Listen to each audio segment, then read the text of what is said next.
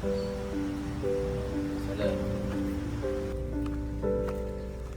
Bisa sampai kan pulang ni tak ada?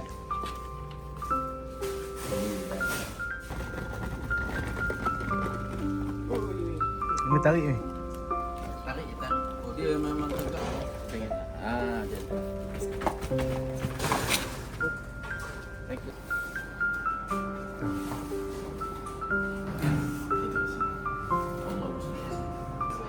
Landing kau. Dia urusan jenazah. Dia berapa kali kubur? Saya mendapat kubur saya cakap lah ya.